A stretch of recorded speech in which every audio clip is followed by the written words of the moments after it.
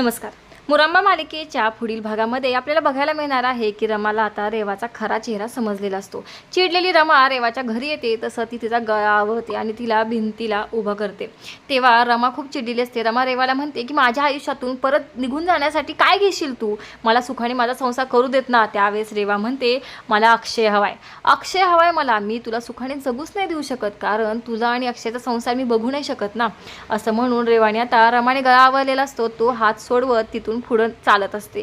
आता रेवाची जी मोलकरीण असते ती सुद्धा हे सगळं बघत असते. त्यानंतर आपल्याला बघायला मिळतं की रमाला मात्र धक्काच बसतो की रेवा अशी बोलत आहे. रेवा कितीही बदलायचं नाटक केलं तरी देखील ती बदललेली नाहीये.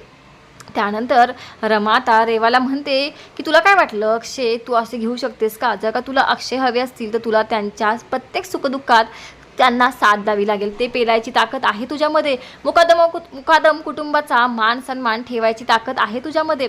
एवढं सगळं विचारल्यानंतर रेवा म्हणते हो अक्षयसाठी मी काही वाटेल ते करायला तयार आहे.